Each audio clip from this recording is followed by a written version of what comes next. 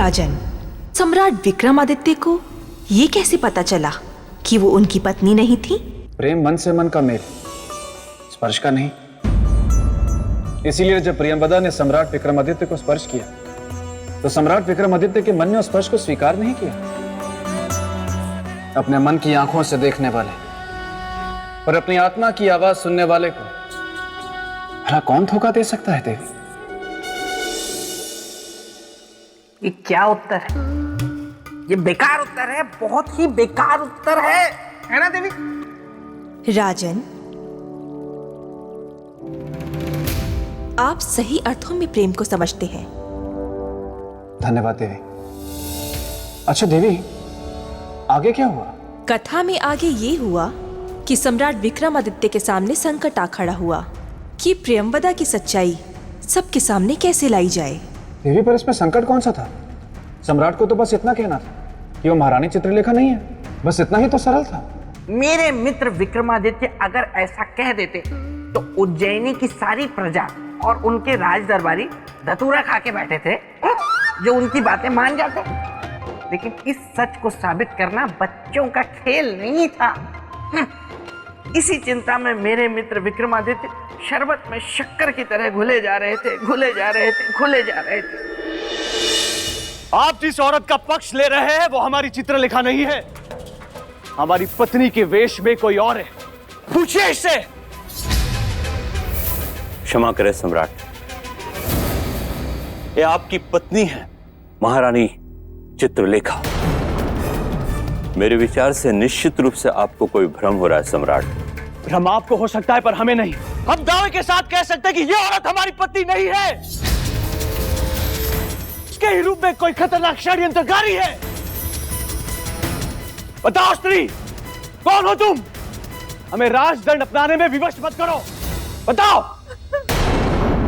बेशक आप भरी सभा में हमारा सर धड़ से अलग कर दीजिए, किंतु हमारे ऊपर इतना घिनौना आरोप मत लगाइए सम्राट।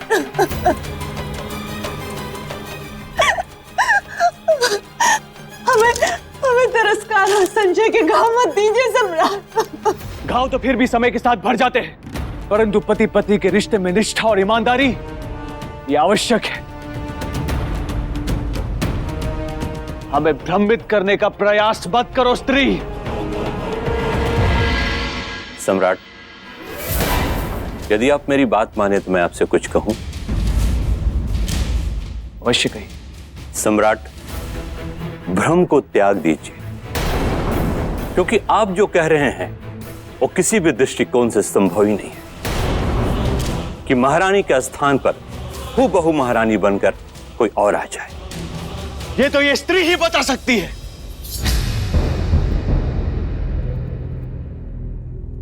देवी, हम आपसे विनती करते हैं, कृपया सत्य बता दो कि तुम कौन हो। आप सत्य जानना चाहते हैं? हाँ। तो सुनिए, सच ये है कि अब आपका मन बदल गया है, आपका चरित्र बदल गया है। अब आप हमारे स्थान पर किसी और स्त्री को उज्जैनी की महारानी बनाना चाहते हैं।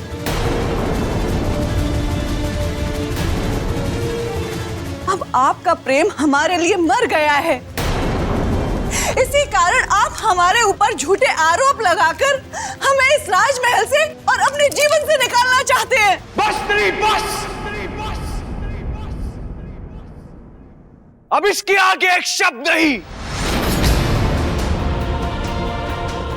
हम सब कुछ सह सकते हैं पर अपने चरित्र पे लांछन ये कभी नहीं सह सकते। तुम कौन हो, क्या हो, तुम्हारी मंशा क्या है, ये सब जानते हैं हम। तो बता दीजिए ना सम्राट सबको, ताकि यहां पर उपस्थित लोग भी हमारी असलियत जान लें। यही तो अफसोस है कि अभी हम निरुत्तर हैं, किंतु शीघ्र ही अपने प्रमाण के साथ उपस्थित होंगे हम और तुम्हारी सच्चाई लोगों को बताएंगे। किस प्रमाण को लेकर आएंगे आप? प्रमाण स्वरूप अपनी पत्नी महारानी चित्रलेखा को, जिन्हें तुमने कहीं छुपाकर इन लोगों की आंखों पर अपनी माया की पट्टी बांध दी। हम आएंगे और शीघ्र आएंगे स्त्री, और तुम्हारे इन घिनौने आरोपों का खंडन कर देंगे।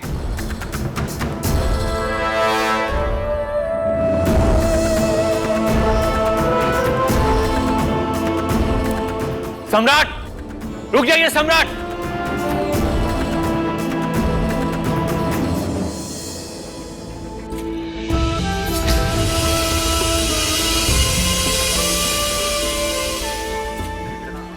सच, चरित्रवान व्यक्ति हैं विक्रमादित्य।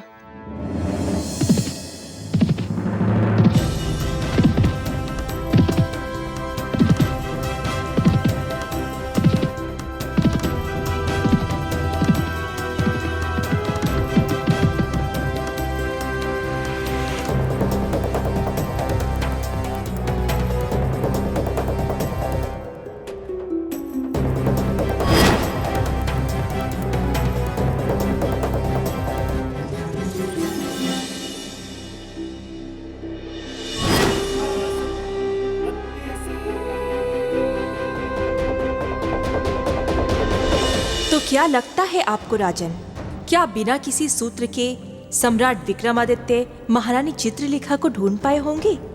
अरे मेरे मित्र तो इतने प्रतापी थे कि श्रीमान राजा भोज, देवी, देखा आपने राजा भोज की स्मरण शक्ति कितनी क्षीण हो गई है। नाम इनका राजा भोज है और मुझे पुकार रहे हैं राजा भोज। नहीं श्रीमान बेताल, लेकिन देवी ने प्रश्न किया राजा भोज से और उत्तर दे रहे हैं आप, तो मुझे लगा कि राजा भोज शायद आप ही का नाम। क्यों, मैंने कुछ गलत तो नहीं कहा श्रीमान बेताल? हाँ, मैं समझ गया। व्यंग्य के बाण मुझ पर मत छोड़िए राजा भोज। मैं हूँ शक्ति सुरमा, बना देता हूँ चूरमा। देवी क्षमा चाहता हूँ, इस वक्त मुझे अत्यंत आवश्यक कार्य आन पड़ा है, मुझे जाना होगा। लेकिन राजा भोज, मैं इस वक्त जा जरूर रहा हूं, लेकिन ये समझने की भूल मत कीजिएगा कि मैं वापस नहीं लौटूंगा। मैं लौटूंगा क्योंकि मैं हूं बेताल। और आप गले नहीं देते हैं किसी की दाल, सही कह रहा हूं ना?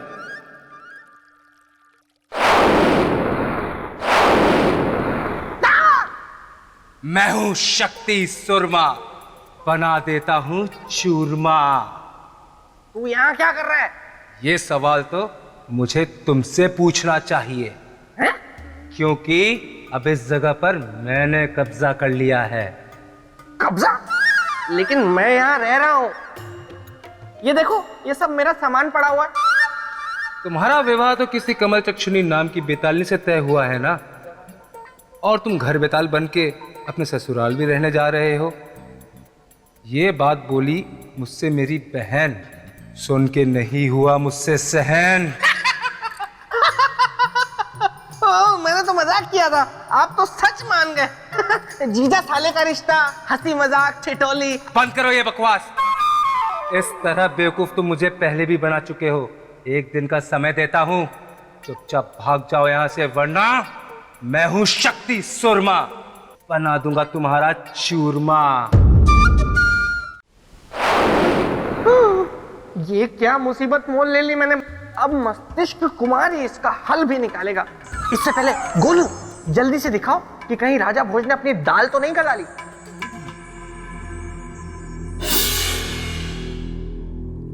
देवी, सम्राट विक्रमादित्य तो निकल गए महारानी चित्रलेखा को लाने, लेकिन प्रियंवदा ने क्या किया होगा?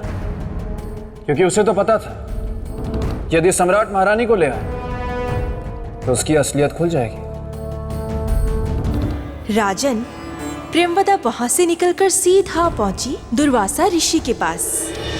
विक्रमादित्य, ये दुर्वासा की परीक्षा है और तुम इस परीक्षा में कदापि सफल नहीं हो सकते, कदापि नहीं। किंतु वे आपकी हर परीक्षा में सफल हुए ऋषिवर। क्या? प्रियंवदा, तुम्हें तो मैंने उज्जैनी भेजा था। सम्राट विक्रमादित्य की परीक्षा लेने। हाँ, मैंने उनकी परीक्षा ली वहां जाकर ऋषिवर, किंतु वे मेरी हर परीक्षा में सफल हुए और मैं हार गई। ऋषिवर, सम्राट विक्रमादित्य इकलौते चरित्रवान पुरुष हैं इस संसार में। मैं आपसे अनुरोध करती हूँ कि कृपया आप अपनी ये परीक्षा समाप्त कर दें। बस प्रियंवदा, बस। तुम्हारे कथन अनुसार यदि विक्रमादित्य तुम्हारी परीक्षा में सफल हुआ है तो तुमने उससे भावनाओं के आधार पर परीक्षा ली है, किंतु अब अटल सत्य के आधार पर तुम्हें परीक्षा लेनी है। वो कैसे? जीवन और चरित्र को मृत्यु की कसौटी पर कसकर। नहीं ऋषिवर, हमसे ये नहीं होगा। इस परीक्षा में तो दुष्परिणाम की संभावना है। तो ठीक है, ऐसा श्राप दूंगा कि जन्म जन्मांतर तक चरित्रहीन बनकर जीने पर विवश हो जाओगी।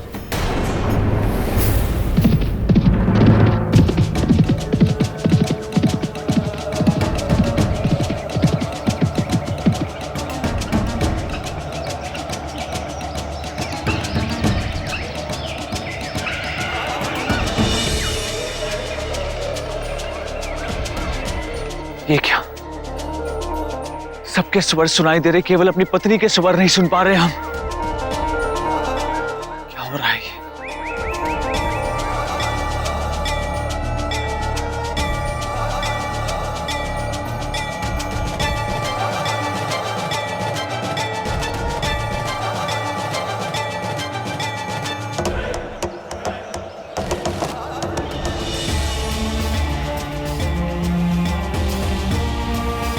महारानी चित्रलेखा,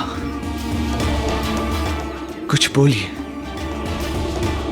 ताकि हम आपको सुन सके।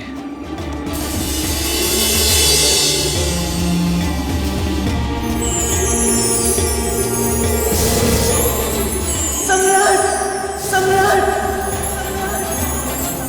सम्राट, सम्राट।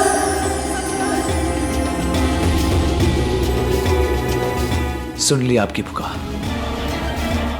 आ रहे हैं हम, आ रहे हैं आपके पास।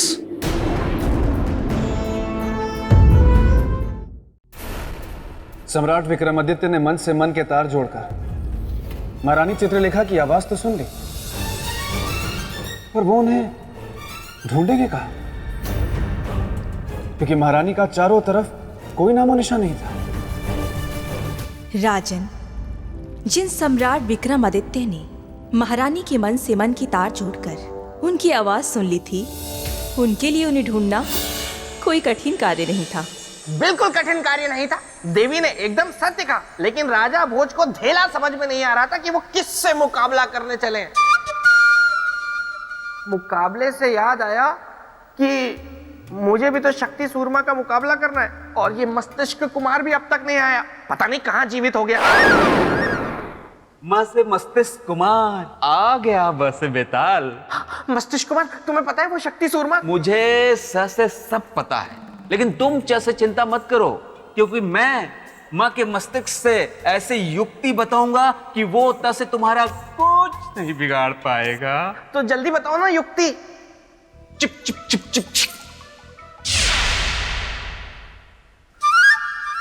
वहां मित्र, तुम्हें कैसे पता कि मुझे बहुत भूख लगी हुई है? अब बताओ मित्र, युक्ति क्या है? युक्ति ये थी कि बित्ता केला अगर शक्ति शर्मा को खिला दो तो वो बित्ते भर का हो जाएगा, फिर वो तुमसे मां से मुकाबला नहीं कर पाएगा। बित्ता केला क्या है? बित्ता केला वो केला होता है जिसे जो भी खा ले बित्ते भर का हो जाता है, जिसे तुम खा गए। मस्तिष्क कुमार, ये क्या कर दिया? अरे वो शक्ति सूरमा मुझे कुचल के चला जाएगा। इसका तोड़ क्या है? इसका तोड़ अभी ढूंढा जा रहा है। मां से मिलते ही मैं आ जाऊंगा और तुम्हें स से सही कर दूंगा। मस्तिष्क कुमार। गोलू, अब गोलू मैं कैसे देखूंगा मैं?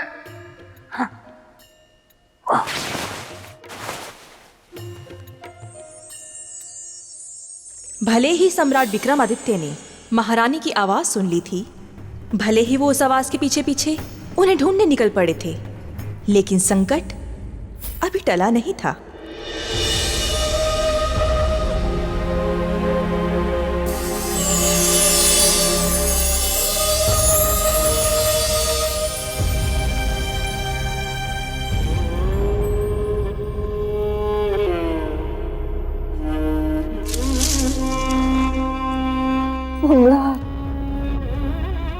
सम्राट आप कहाँ? सम्राट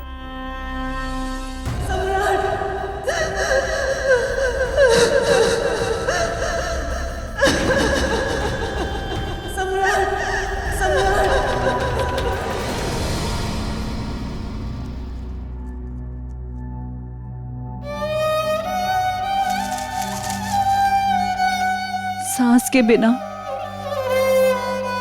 शरीर का क्या मोल प्रभु। इसलिए जीवन का अंत ही अंतिम विकल्प है। जब हमारे जीवन में सम्राट ही नहीं रहे तो हम जीवित रहकर क्या करेंगे?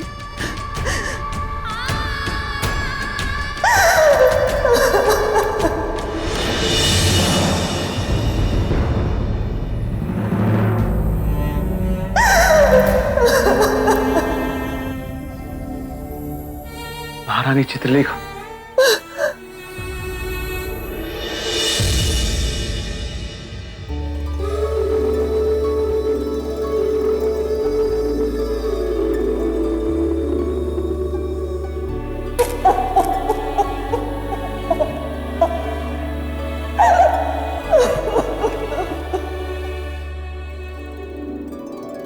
आंसू पोंछिए।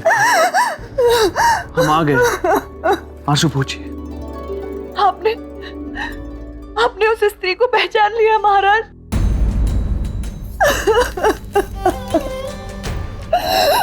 अब आप बस हमें शीघ्र से शीघ्र राजमहल लेकर चलिए। महारानी, महारानी, महारानी, महारानी, महारानी, शीघ्र ही जल लेकर आते हैं महारानी।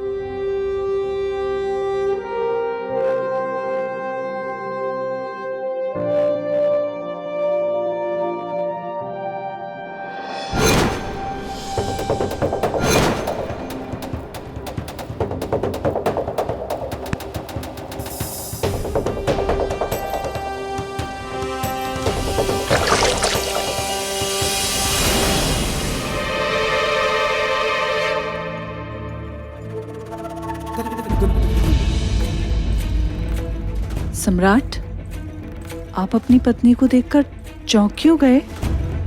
ये रूप का खेल खेलना बंद करो प्रियंवदा।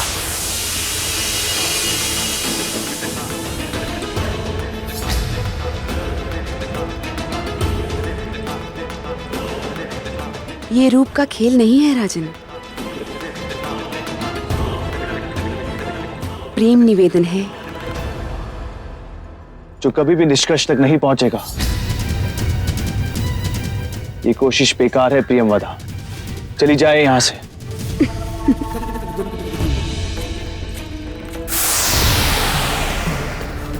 ये वरमाला मेरे गले में डालकर मुझसे प्रेम विवाह कर लीजिए सम्राट।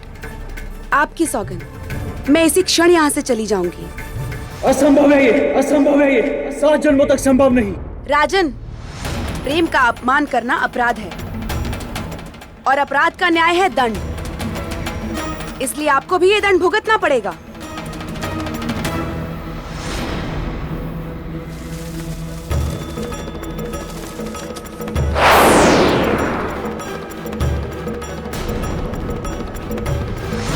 ये चंदन की माला है, जाइए, ले जाइए। जिसके लिए आपने हमारे प्रेम को ठुकराया है उसके काम आएगी।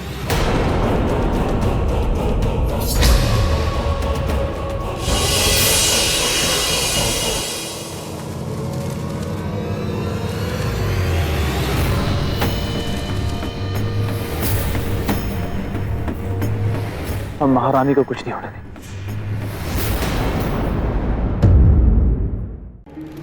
तो इसका अर्थ कि प्रियंवदा अपनी चाल चलने को तैयार थी।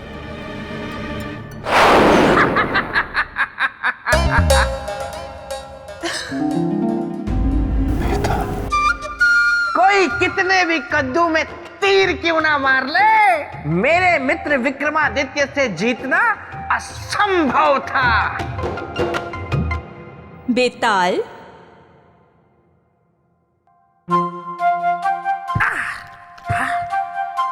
काफी नरम है। तुम्ही क्या हो गया बेताल? इतने छोटे कैसे हो गए? मन हुआ हो गया। मेरा मतलब है कि साल में 3-4 दिनों के लिए मैं अपनी योग शक्ति से अपना कद छोटा या बड़ा कर लेता हूँ। बहुत बड़ा योगी हूँ मैं। वैसे राजा भोज, मैं ये कह रहा हूँ। बेताल, मुझे तुम्हारी आवाज सुनाई नहीं दे रही। राजा भोज, मैं ये कह रहा हूँ कि एक काम करिए, मेरे नजदीक आकर मुझसे बात करिए। आइए।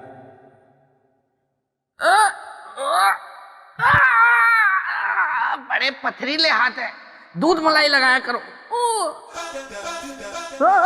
राजा भोज, संभाल कर, मैं गिर जाऊंगा। आप बताइए, क्या कह रहे थे आप? राजन, अगर आप मेरे मित्र के सिंहासन को पाने का विचार त्याग दें तो मैं आपको योग शक्ति सिखा सकता हूँ।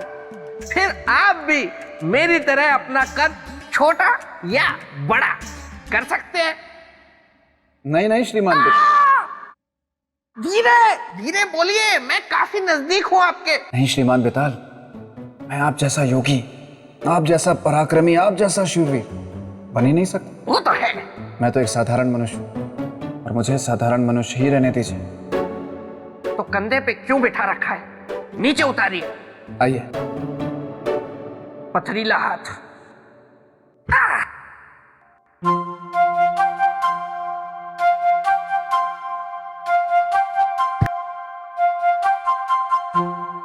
हाँ तो देवी, आगे क्या हुआ? आगे जो हुआ वो सम्राट विक्रमादित्य सोच भी नहीं सकते थे।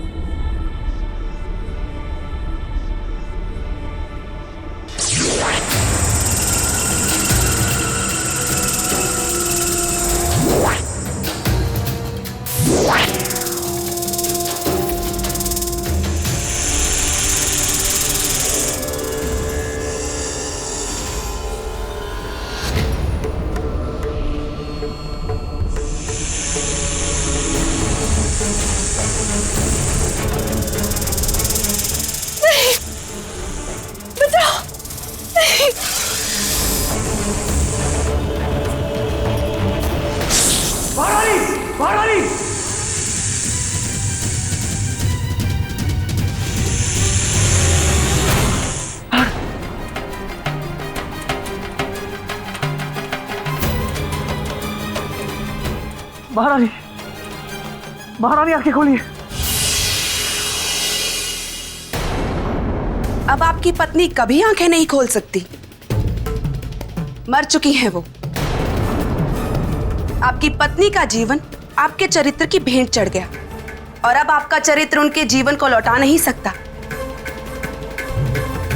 किंतु हम उन्हें जीवन दे सकते हैं यदि आप हमारी शर्त मान लें। आपकी शर्त?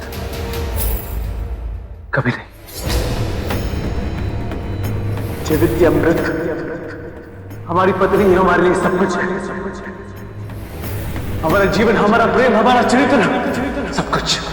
ऐसा प्रेम, ऐसा जीवन, ऐसा चरित्र किस काम का राजन, जो अपना आधा अंग कही जाने वाली पत्नी के प्राणों की रक्षा भी ना कर सके। सच, ऐसा जीवन किसी काम का नहीं। इसीलिए हमारी पत्नी के जीवन के साथ हम अपना जीवन भी त्याग कर देंगे, परंतु किसी भी कीमत पर चरित्रहीन जीवन नहीं जिएंगे। किसी भी परिस्थिति में नहीं और कभी भी नहीं।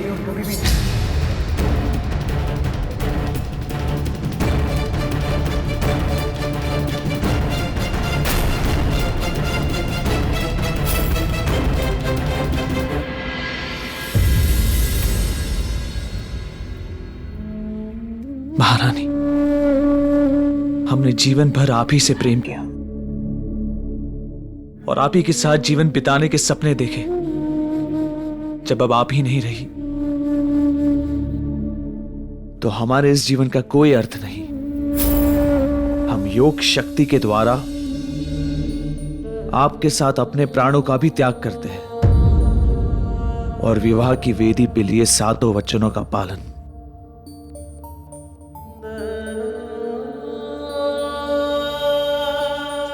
ओम ओम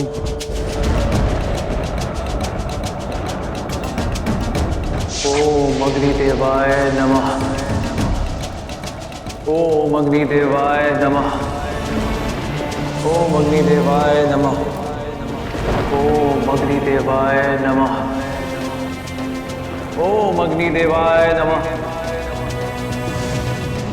ओम अग्निदेवाय नमः। ऋषिवर,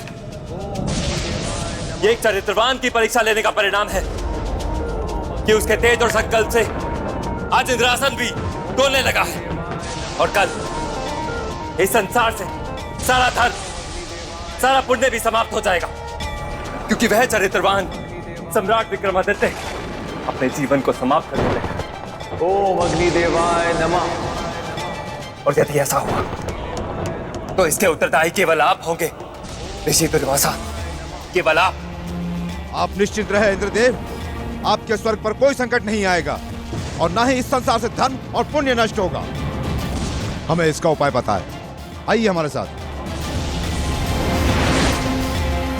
ओम अग्निदेवाय नमः। ओम अग्निदेवाय नमः। ओम अग्निदेवाय नमः। ओम अग्निदेवाय नमः।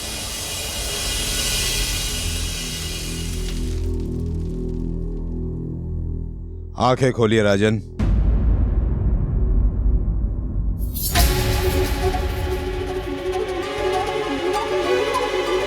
आप सब लोग यहाँ? आपके चरित्र के तेज ने हमें यहाँ आने पर विवश कर दिया है राजन।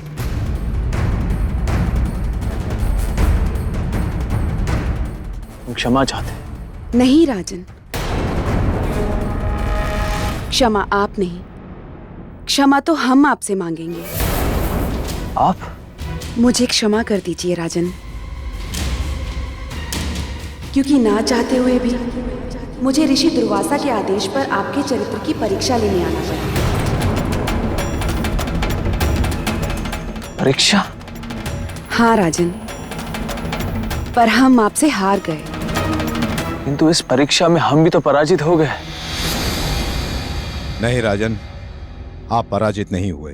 कैसे पराजित नहीं हुए? परीक्षा हमारी ली जा रही थी, परंतु दंड?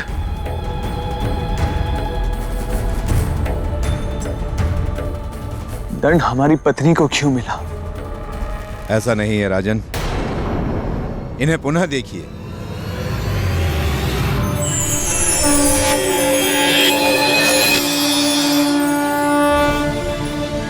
सम्राट,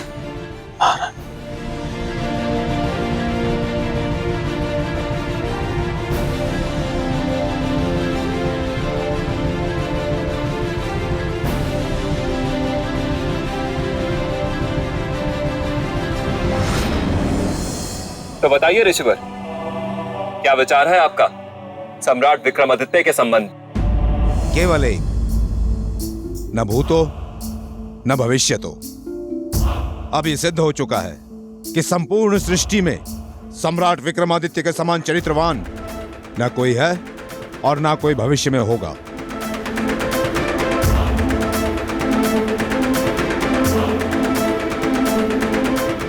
राजा भोज, राजा भोज। बोलिए श्रीमान बेताल। देखा राजन, मेरे मित्र विक्रमादित्य का चरित्र? हाँ? है कोई ऐसा पूरी दुनिया में जो मेरे मित्र के चरित्र का मुकाबला कर सके? और एक आप हैं, चले हैं मेरे मित्र के सिंहासन को हासिल करने। बेताल, मैं सिंहासन को अपने लिए नहीं, अपनी प्रजा के हित के लिए प्राप्त करना चाहता हूं। अच्छा। किंतु राजन, सम्राट विक्रमादित्य के इस सिंहासन बत्तीसी के धारण करने से पहले एक बार स्वयं को चरित्र के तराजू में तोल कर देख लीजिए कि आप उनके समान चरित्रवान हैं भी या नहीं। अरे देवी, कहा मेरे मित्र विक्रमादित्य का चरित्र गंगा जल की तरह पवित्र, पावन, उज्जवल शीतल, निर्मल। बेताल, क्षमा देवी क्षमा।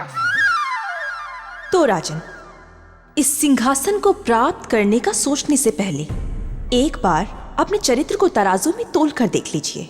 क्या पता कौन सा पलड़ा ऊपर हो, कौन सा नीचे।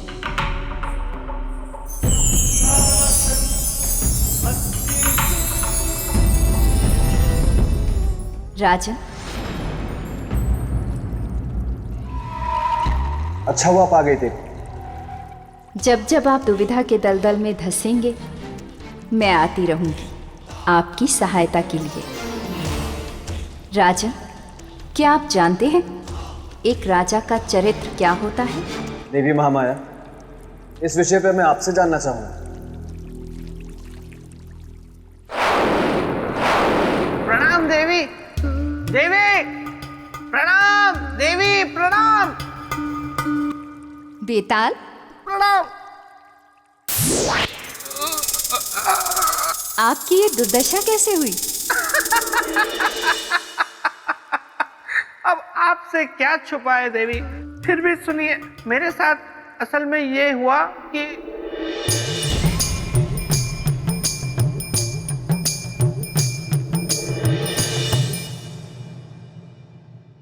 देवी आप ही मेरी सहायता कर सकती है, कृपया मेरी सहायता कीजिए ना।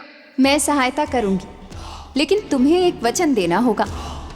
तुम यहाँ से प्रेत लोक वापस चले जाओगे। हाँ, मैं वचन देता हूँ, मैं चुपचाप प्रेत भूमि वापस चला जाऊंगा।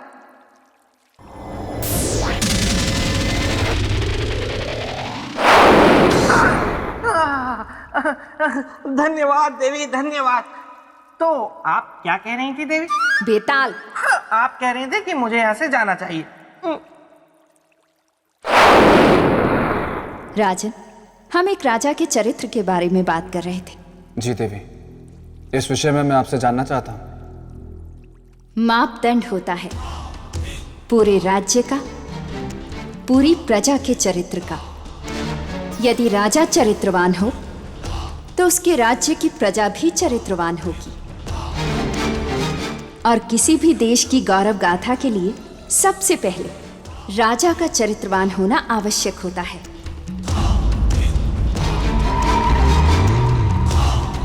किंतु राजन, इसके विपरीत यदि समाज में कोई चरित्रहीन निकले या किसी के ऊपर चरित्रहीन होने का झूठा दोष लगे, तो आपके विचार से उसे क्या करना चाहिए? समाज को उसके साथ किस प्रकार का व्यवहार करना चाहिए? किसी के ऊपर चरित्रहीन होने का झूठा दोष लगे, तो आपके विचार से उसे क्या करना चाहिए? समाज को उसके साथ किस प्रकार का व्यवहार करना चाहिए? उसके जीने के अधिकार को छीन लेना चाहिए या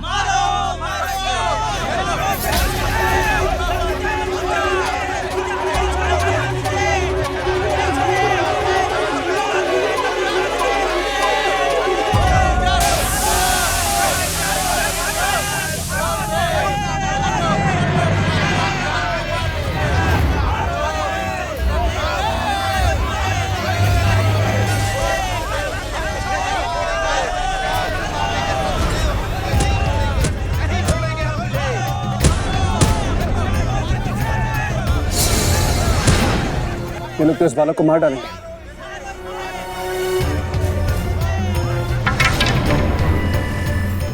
हम तुझे जीवित नहीं छोड़ेंगे, हम नहीं छोड़ेंगे तुझे सत्यदेव। रुक जाओ। नहीं, मुझे छोड़ दो, मुझ पर दया करो, मुझे छोड़ दो, मुझे छोड़ दो। जिसके कुल का पता ना गोत्र का, तुझे मैं छोड़ दूं? सत्यदेव, तुझे इस समाज में जीने का कोई अधिकार नहीं।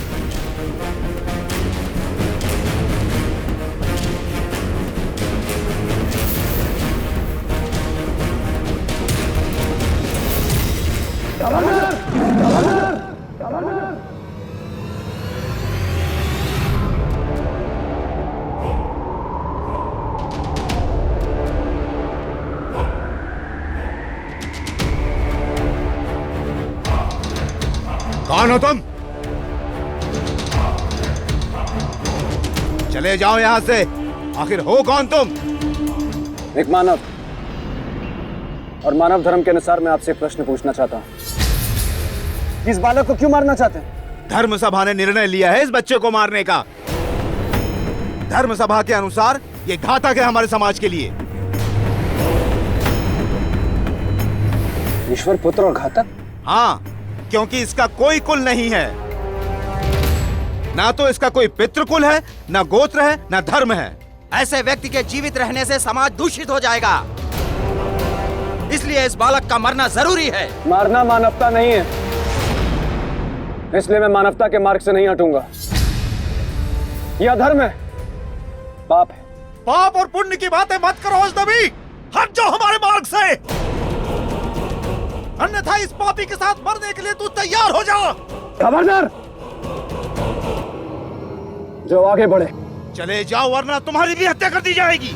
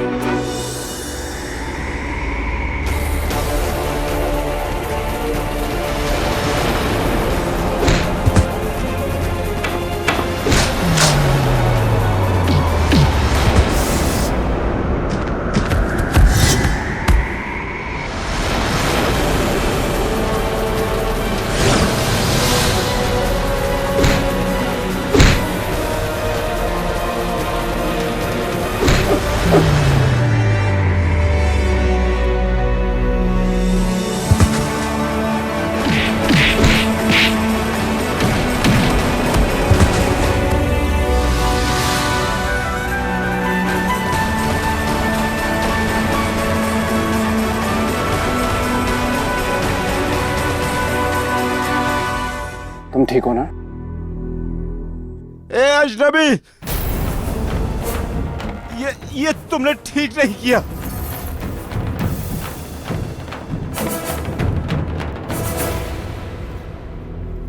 तुम चिंता मत करो, मैं हूं।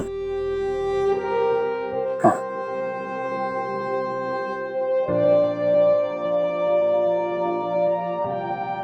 आपने मुझे क्यों बचाया राजन? क्यों बचाया मुझे अर्थहीन का जीवन? मैं मर जाता, वही ठीक था। ऐसा नहीं कहते बालक, तुम पहले शांत हो जाओ और मुझे विस्तार में बताओ कि आखिर बात क्या है। बात बस इतनी सी है कि मैं शिक्षा ग्रहण करना चाहता हूं कि कोई भी ऋषि मुझे अपना शिष्य बनाने के लिए तैयार नहीं है। और कोई ऋषि तुम्हें अपना शिष्य क्यों नहीं बनाना चाहता? क्योंकि सब मुझसे पहले गोत्र और कुल पूछते हैं, मेरे पिता का नाम पूछते हैं। तो इसमें कौन सी कठिनाई है? और मैं ये नहीं जानता कि मेरे पिता कौन है। मेरी माँ ने मुझे बताया कि मेरे कोई पिता नहीं, जिनके कारण मेरा कोई कुल नहीं, मेरा कोई गोत्र नहीं। और जब ये दोनों नहीं है तो मेरा कोई चरित्र भी नहीं है। और इस समाज में उन्हें ही जीने का अधिकार है जिनके पास उनका कुल हो, उनका गोत्र हो। और ऐसा इसलिए कि समाज ने ऐसा नियम बना दिया है और समाज नियम से बंधा है। लेकिन फिर भी मैं तुम्हें विश्वास दिलाता हूं कि तुम समाज के इस नियम की कसौटी पर खरे उतरोगे। मैं ढूंढूंगा तुम्हारे पिता को